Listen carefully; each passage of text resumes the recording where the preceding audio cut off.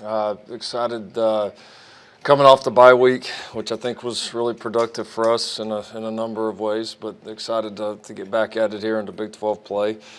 It was unique having a bye week this early, certainly, but I do think some benefits for us, a chance to take a quick back look at the non-conference games. How we've played. As we've talked about many times, we've had a chance to play so many young players, so a chance to kind of get back, reevaluate that. Also a chance to, as you start getting into the, 4-game territory for a lot of these guys, a chance to, after 3 games, to kind of recalibrate a little bit and really get a good, strong evaluation of some of those guys and have plans here going forward. So, a lot of those can change in an instant, but we've at least got, I think, a pretty good game plan going forward with a number of those guys. Got good work the beginning of the week. Really got after it pretty good Monday through Thursday, and then we gave our players off the weekend. This is, for a lot of these guys, will be their main chance to get back home or to get away from it for a couple of days before we hit kind of this stretch. And so gave our coaches a chance to get out on the road recruiting, and got to go see a lot of players, so that all went well. And we're excited to be back at it. Facing a new, very good Texas Tech football team. Coach Wells, I've gotten a chance to know him over the last few years. Very impressed, obviously, with what he did at Utah State. His family, his brother's also a very good coach as well. But he's a really good man, really good football coach. Was happy when Texas Tech hired him. This is, always an important game for a lot of reasons. I think, obviously being our conference opener, is a big deal to us. This conference has been tough to win these last several years. It will be tough to win again this year, and getting off to a good start there is certainly critical. And the Texas Tech's a very interesting team coming in. Defensively, new defensive coordinator. Guy came with them, is a very, very good coach, and a lot of guys coming back. The 2 guys that stand out the most would be 96 up front, so a heck of a player for them, probably the best defensive lineman that we've played up to this point. And then their middle linebacker, number 1, extremely good linebacker. And then as in the same breath, probably as good a linebacker as we've played all year. I think a guy, Jordan, that's really come along. We've played against him several times, but those guys have done a great job with him. He kind of reminds me of kind of how Kenneth Murray's playing for us. He's been a good player for a number of years, but it seems like he's really taken that next step. It's been extremely impressive on film. Offensively, watching them, new coordinator, still a lot of the same things that you expect from Texas Tech. They got really good skill players all over the place. Their offensive line is a strength of theirs. I think they have close to, if not over, 100 combined starts with those offensive linemen, which is a huge deal, as we found out the last couple of years, and some very good players there. Quarterback situation's obviously up in the air, with Allen being hurt. Hope the best for him. He certainly had some real bright moments, but some tough breaks early in his career. But he's a heck of a player. I certainly wish the best for him and his recovery going forward. And know they've got a couple capable guys, obviously behind with the transfer they brought in, and then obviously Duffy. So they've got plenty. They've got guys that can play. So we'll have to prepare for those 2 quarterbacks, and then be ready to try to contain them offensively. Only other thing I would mention, going into this, got asked about this morning on the teleconference with Callum Sutherland. We're obviously well aware of the situation this weekend. Extremely disappointed, in his choices. My philosophy on these deals is these guys, these guys live in the public eye. They take a lot of grief. A lot of people don't ever find out about. I'm not big on airing out guys' dirty laundry in front of the rest of the country. We're going to deal with it. I'm not going to tell you how we're going to deal with it. It's going to be handled internally, but trust me, it'll be handled appropriately, and the correct message set on what we expect in our program. conduct that's expected, and when guys drop below the line, they're going to be punished. And so we'll deal with it, but I'm not going to sit up here and go through the laundry list of things that are going to happen there. So I hope that you would respect that. Yeah, with that, we'll jump into questions. Have you been looking at different things in the secondary, like Trajan Bridges moving over to safety? Have you doing anything differently than other people at the nickel?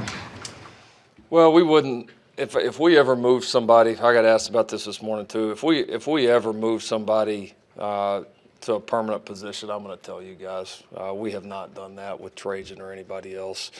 We're always experimenting with different pieces on our team at different places, but that's not something I'd be willing to talk here in front of everybody, including all our future opponents. Eric Bailey. Coach, I want to ask you a two-part question. First about Jalen Hurts and just his running style and how he really is a patient runner, waits for blocks to develop and such. And then also I want to ask you about, he uses the word rat poison a lot when talking about things like the Heisman Trophy and statistics. Just your thoughts on his attitude towards those individual accomplishments. Yeah, as a runner, he is patient. He's got a good feel for blocking schemes, and you can tell he's carried the ball a number of times at this level, so he doesn't panic. Oftentimes young runners, regardless of what position they play, young runners, they're not patient enough for it, and he is. So part of it's patience, and part of it's just having a good understanding of what we're doing. Yeah, and then I think for Jalen, Jalen didn't come here for individual awards. If that would have been the case, one, I wouldn't have brought him here, and two, he probably wouldn't have come here. He came here to win, and that's why he's here. He's made that very clear to me from second one, and his actions, from the day I started talking to him to right now have shown nothing but that. And so he cares about winning football games, and we've had some other guys at this position that felt the same way, and then occasionally when teams do well and guys play well, then nice individual things happen, and it's a byproduct, but it's not the main focus. It hasn't been with the guys we've had at that position before, and it's certainly not with Jalen. Barry Trammell. Yeah, you faced Bowman last year for a half, and then he goes out, and Duffy came in and actually did some good things. What do you, if it is Duffy, which most people think it is, what do you expect out of him, and how is he different than Bowman? Yeah, he's definitely more athletic, and so there'd be some natural things you would think there as far as potentially trying to run him more. The added advantage that Texas Tech's had. Again, it's never a great thing to lose your starter. I get that, but having 2 full weeks, obviously to know that, I'm sure has been a positive as far as compared to other times in the season that it could happen. So. Yeah, we got to see Duffy a lot last year. He obviously played, I think, a bunch against TCU, maybe on a Thursday night game when they beat TCU up there, and played, obviously, when Allen was out against us and a few other people, and played well. So, he's got game experience. He's a good runner. He's a very capable thrower. Probably one of those things, if you're in a situation like this where you lose your starter to an injury, you hope to have a guy like him behind him. So I'm sure they'll be very confident with him. Lincoln, there was a lot to like about Jalen, just even when he was in Alabama, obviously. And when you brought him over here, I take it you were pretty enthusiastic about his potential in your system. What I'm curious to know is, was there something you needed to, you sensed might be good here with you, but you weren't sure, and you needed to see for yourself, whether through camp or even 3 games here, to know, yeah, that's going to be good, if that makes sense? Yeah, no, it does. Yeah, I was interested to see, what his buy-in level would be. When you've had, 19 different offensive coordinators in your college career, and you've had, the majority of his career before he got here was successful. 26-2, and all the different things he did. He did at the other place. He's had success, and so. When you come here, how much do you buy in to our way of doing things, and then making that transition from practice to game field? Do you trust it more? Do you trust it less? And he's He's done a good job in practice. I mean, he did certainly enough to win the job and give us confidence that he would do well. But I would say he's even when he gets in games, his trust level in what we're doing even maybe goes up even more than it does in practice. So that's been good to see. Anything regarding his quarterbacking that he needed to show you? Well, the trust is quarterbacking. You know, I mean, I know that's not the fun thing to talk about, but I mean, it's buying into your schemes, your reads, you know, playing the position kind of through this offense and playing it a little bit more free and open than I think he has in the past. So I think mentally he's in a place to where some of the things physically that he does maybe look better than what he's done in the past. I mean, it's just such a mental position, man. I mean, there's a million guys that go out there and throw the ball well and go out there and look great at 7-on-7. I mean, that's why it's sometimes for us, like through the recruiting process, not the easiest position in the world to evaluate. I mean, you see how many busts do you see through that in the NFL years after year after year. I mean, so much has got to come together, and a lot of it is mental and being connected to your group and your coaches and what you're trying to do. And he's off to a good start there. John Hoover. Lincoln, can you quantify for us how the level of competition is going to step up for your defense when you get in the Big 12 competition compared to what you faced so far, and how that's going to change, how maybe it gets more intense for the defense? Yeah, no, there's gonna be new challenges certainly.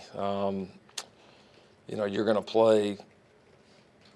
We've played some outstanding individual players up to this point. I think we're going to play more just outstanding overall units as we go forward. And other thing I would say too is just the quality of skill position players that you're getting ready to see throughout this league. Where there's a lot of the best skill position players in the country, are on our schedule here in the next, whatever it is, 8-10 weeks. And so, we're going to continue to play good teams. That's why we keep saying, regardless of whatever results, regardless of what side of the ball, you've got to be taking steps forward. Because, maybe it helps you win a game, a couple of weeks ago, but it also is a factor as you go on down the road. Are you improving? Because you get in those big moments against really good teams that have really good players, it shows up. And you've either been prepping all along or you haven't. And if you don't, then those holes will show when you play great people. Based on what you've seen then the first 3 weeks of the season and the open date, are you satisfied with where that defense is? Not satisfied, but excited. Encouraged, excited. I think that has shown a lot of the positive signs that I would have hoped that we would have shown at this point. So excited about where we can go, but we've got to continue on an upward trajectory, and we just can't let anything within our control stop that momentum. We've got some momentum there. We've got to keep it, and we've just got to keep building because, you're right, the better, worse, whatever, the challenges are going to be different. They're going to be different each week. We know that playing in this league. Lincoln, the UCLA game, it seemed like your offensive line really came together. You get ready to go to Big 12 play.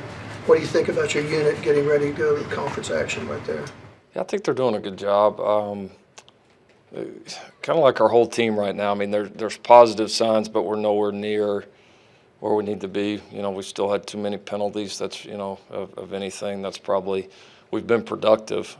But we've got to do a better job with penalties there. They were a little bit different breed of penalties, and we had a couple the previous week that were either errors on my part or an error by some of our skill players that put them in tough positions. But we got to cut the penalties down, and kind of like the previous question, we're going to continue to play, different skill sets, different schemes, there's going to be different challenges, and we've still got a long ways to go to get to where we can be with that group. Jason Kersey. Yeah, hey Lincoln. When you talk about, without getting into specifics, I'm just curious how often that experimenting happens in terms of trying guys who are offensive guys on defense and vice versa. Can you quantify just how often it happens and how those things go? Probably more often than what the outside would think. you got so many skill sets, and there's so many facets to the game of, situationally, offense, defense, special teams, and we've always, encouraged our staff to think outside the box, and who can help us the most, whether it be any of those facets. So we probably have a lot more than probably people would guess. We probably have a lot more guys teed up, ready to play, potentially all three sides of the ball than other people might guess. When you are as good as you've been on offense, is it ever hard to convince guys to give defense a try? I mean, is that just given the success that you've had on the offensive side of the ball? No, I mean we've had a couple of guys here in the last few years that have moved back and forth, but I wouldn't say I've felt that as a factor. No. Tyler Palmatier. Like Charleston Rambo, when he redshirted as a freshman, he was a name that popped up a lot in preseason camp. And it seemed like, I guess, like a bit of a surprise when he did redshirt. Was he more difficult than normal, a guy to tell to wait out a year, or did he seem like a slam dunk to maybe just have him wait? We went back and forth on his a little bit. We did. We had some depth at receiver that year. Our guys stayed pretty healthy. We knew that he was probably good enough to play some for us and help. We also knew that physically he needed to develop. I mean, he came in here, he's always been able to run, but he was real thin, not very strong. And he's really changed his body, his strength, his weight, all that is up, and he's gotten faster with that. And so it's kind of one of those, like, man, he could help us a little bit this year. If we have to have him, let's have him ready to go. But it would do this kid and all of us probably a favor if we were able to redshirt him, not feel like we were costing that team too much. And he's like a number of guys over the years. I mean, even kind of like Creed his first year here, where it was like, man, one thing happens, he goes, and that one thing just never happened. But it was kind of getting ready behind the scenes the whole time. So I was certainly glad we were able to. And it made a difference because, again, those guys, I mean, yes, you gain the extra year, but what so many people don't realize is, like, when a guy's not playing, you can train him like he's not playing. You're not saving him for a game on Saturday. So yes, these guys are practicing, but we train them like it's off season. And so the strength gain, the weight gain, whereas your current team, the guys that are playing on Saturdays, it's not you're not trying to make gains, but there's a level of maintaining, keeping them healthy, keeping them sharp. And you're not necessarily trying to make like monster strength gains during the season, but you just can't be that aggressive, where with these guys you can. And so it makes a difference in that, for a guy like Charleston, you talk about a consistent, like, full year period, year and a half of just straight off season. It just makes a huge difference in his body because he'd never had that before. And I think we're seeing some of the results of that right now. Over here, Myron Patton. Back to Jalen. The old adage used to be, like, coaches used to say, if you stay, you'll play. In other words, they didn't really like guys transferring. I know he's a grad transfer, it's a little bit different, but if you look around the country, Shane Bouchel, what he's doing at SMU, Justin Fields working out at Ohio State, of course, just Jalen here, are coaches a little bit more open to guys? Maybe transferring is the best thing. Austin Kendall starting at West Virginia. Is that maybe a little bit more opening up the idea of transferring? Yeah, I mean, I think, it started with, I think, players being a little bit more willing to do it. I think the transfer portal's had an effect on it. And then, yeah, I mean, I think I think everybody adapting to the world we live in. And so it wasn't the cat noise, but it was something, huh? Nothing will ever beat that. So, yeah, I just think it's the world we live in. I think it's going to happen. It doesn't matter, what program you're at, how much success you're having, it's going to happen. And I think, and I think there is certainly occasionally guys that it makes sense for. I mean, that's, we've had, like Trevor Knight's a great example here. I mean, after my first year, and I talked with Trevor after or before the Orange Bowl, and then after it, Trevor wanted to stay here. I mean, Trevor would have stayed here if we just said, hey, stay. But it wasn't the best thing for him. He had 1 year left, and I told him, man, you're crazy if you stay here. It would have been better for our team. You know, you got a little bit, better insurance policy if Baker gets hurt, the second year. But, it wasn't going to be the best thing for him. And, he got to go and play a year, and, and that went great for him. And there's a lot of guys in that situation. Is this the week that you anticipate Kenneth Mann playing? And is he a guy, Lincoln, that can be a step ahead above what you have in there now? Is he that type of player, or is he going to have to come in and really compete with those guys that have been playing well? Yeah, we do expect Kenneth back this week.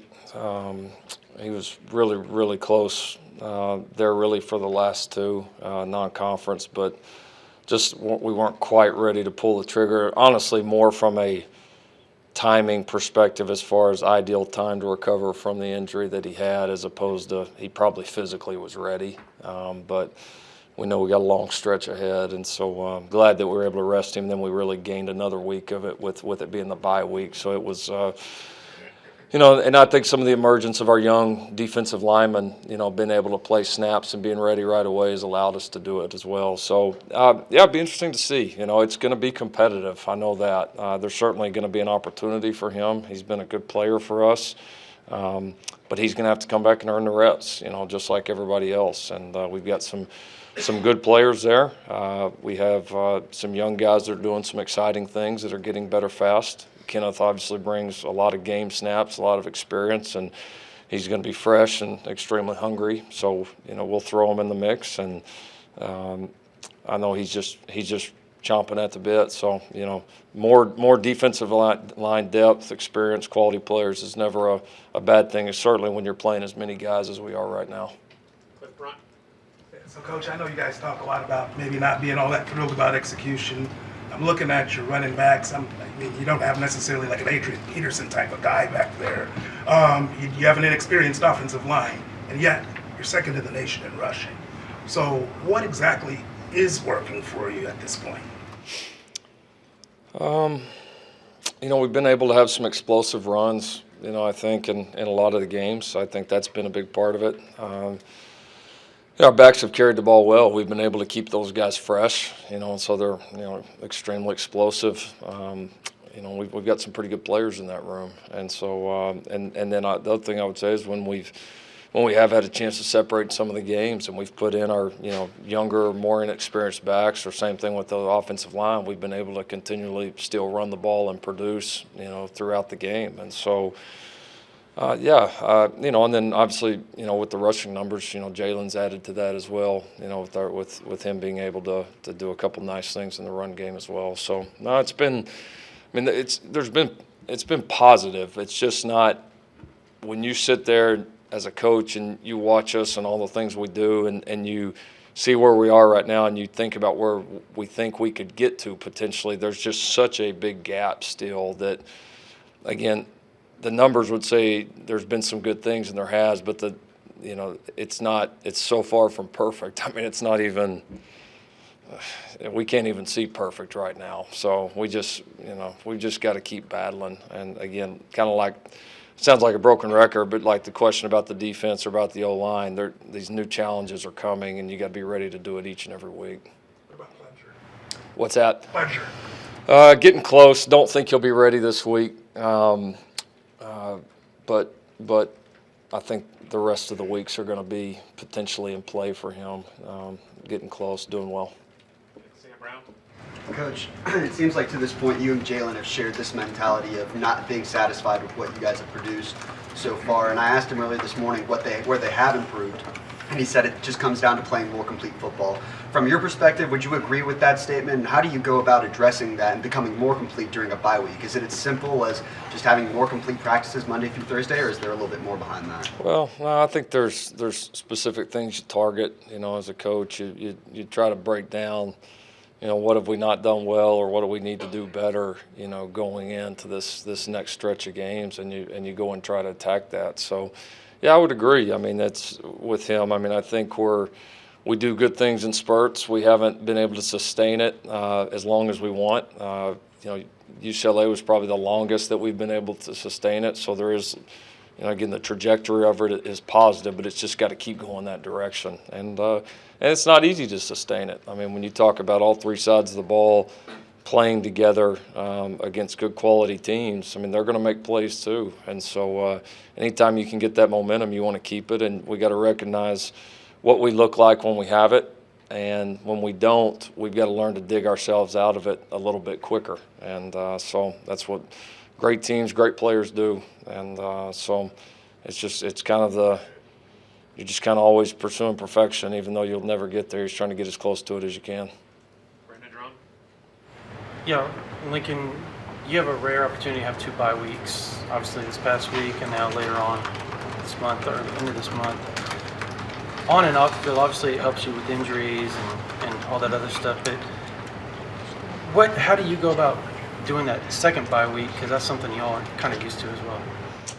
Yeah, no, that'll definitely be different. I mean, it definitely helps from a recruiting perspective, number one, because it's multiple chances for us to get out and see the guys we want to see. And again, it's so different getting to actually see them playing games as opposed to going to a practice or going and watching a lifting workout or whatever. I mean, this is the best evaluation tool that you could have. So that part's valuable. Yeah, and I think we're not trying to look at it as that we have 2 bye weeks. I think we're looking at it more with our team was, all right, we're 3 games in, here's bye week number 1. Let's look at our team. Where are we at? What do we need to work on? What kind of rest do we need? We were able to crank them up pretty good because we're a pretty fresh team right now. We hadn't played many games. In those games, we've been able to play a lot of people, and so we were able to get a lot of work done. The next bye week, who knows what the scenario will be? And so we're not trying to predetermine too much, but we'll have a good, strong evaluation of our team at that point, and then just use that time the very best we can. Lincoln for months talking about defensive recruiting is all talk. There's nothing to show. Mm-hmm. Yeah, those first 3 games, Grinch and Court and staff were out this weekend. What was sort of the vibe that they got now that you've had 3 games to show these top kids? Yeah, no, it makes a difference. I mean, certainly being able to, instead of all these promises and hope and hype and all that, that's, we don't buy into much the hype around here. It's you've either done it or you haven't, and I think our recruits have been excited about, the way we're playing defense, and the way our guys are playing, the way we're playing a lot of different bodies, the attacking style. I think it's the majority of the feedback we've got from recruits is it looks like what you guys told us it was going to look like. And so I think that's been positive, and our guys are doing a good job really trying to narrow down not only the type of players but the type of people that continue to bring in and continue to change that culture. And a lot of positive momentum. You keep proving it on the field, then the great ones will follow that. Any more questions? Last one, Ricky. Special teams. After 3 games, how your special teams been playing, and what do you see them moving forward into the conference? Yeah, been real happy with our coverage units. I think we've really done some nice things there. That was a big emphasis coming out of last year, especially with our kickoff team. We didn't feel like we didn't have to cover too many, but we gave up too many big ones last year. And so been really pleased with our coverage units. Thought, Reeves Munchau had a great game the other night. He hadn't had to punt too much, but when he has, he's handled it well. Hit some really nice kicks the other night. Great hang time. So coverage units been good. Return units, we've been close. We've done some decent things close, especially with the explosive returners we have. That's going to be an emphasis for us. I mean, we need to be a little bit better. Something we were phenomenal at last year. We need to take a big step here in this next set of games. Yeah, we're doing some good things. Again, I'm really excited about just kind of how that tandem of Coach Boulware and Coach Beamer, when we kind of dreamed that up. Now a year and a half ago, how it'd play out. Just excited about how that continues to work and how those guys work together and different experiences they bring. And then we've got so many guys on our staff with special teams backgrounds that it's a competitive environment, and that's why we've gotten better at it. So, but it'll be a big part of this one, certainly this week and this next stretch.